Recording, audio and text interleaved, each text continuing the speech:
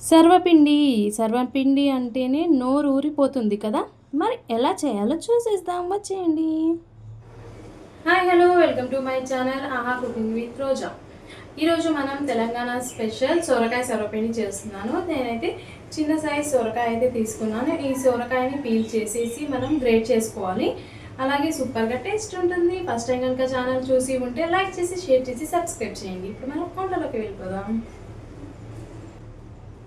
Great చేసుకున్న సొరకాయ, సన్నగా కట్ చేసుకున్న ఆనియన్స్, సన్నగా కట్ చేసుకున్న కొత్తిమీర, కరివేపాకు, వేయించిన పల్లీలు, నానబెట్టిన శనగపప్పు.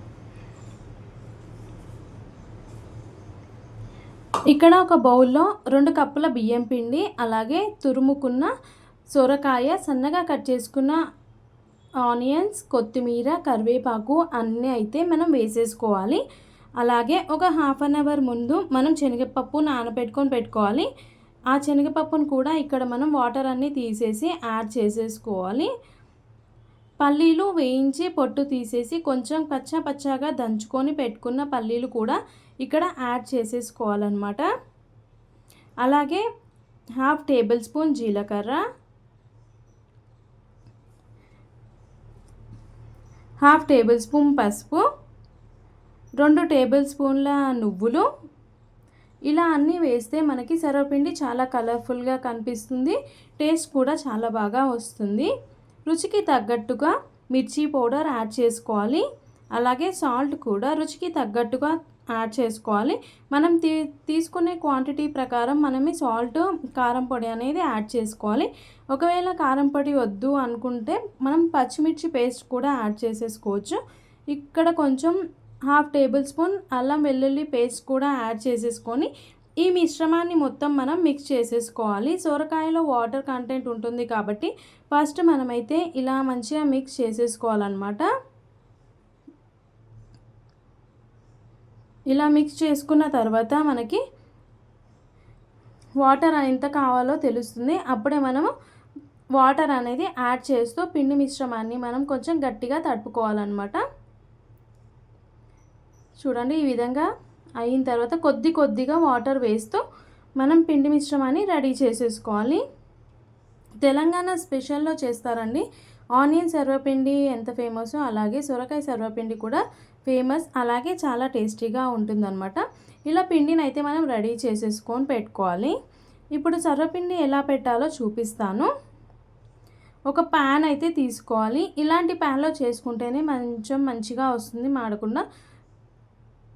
ఫస్ట్ మనం 2 టేబుల్ స్పూన్ ఆయిల్ అయితే మంచిగా అప్లై చేసుకోవాలి. అప్పుడే మనకి ప్రెస్ చేసుకోవడానికి ఈజీగా ఉంటుంది, ప్యాన్కి కూడా అతుక్కోకుండా ఉంటుందన్నమాట.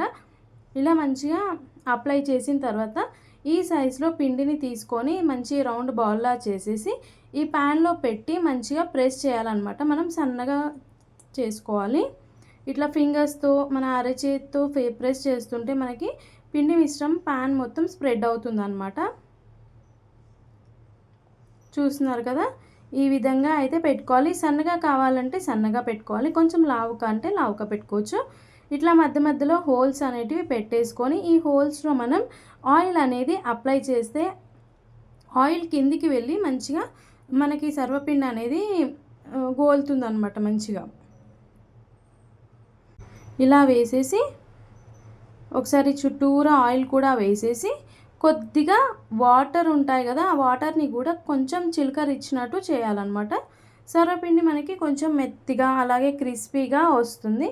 ఇలా అయితే మనం ప్రెస్ చేసేసుకోవాలి. ఇప్పుడు స్టవ్ వెలిగించి పెట్టేసాం ప్యాన్.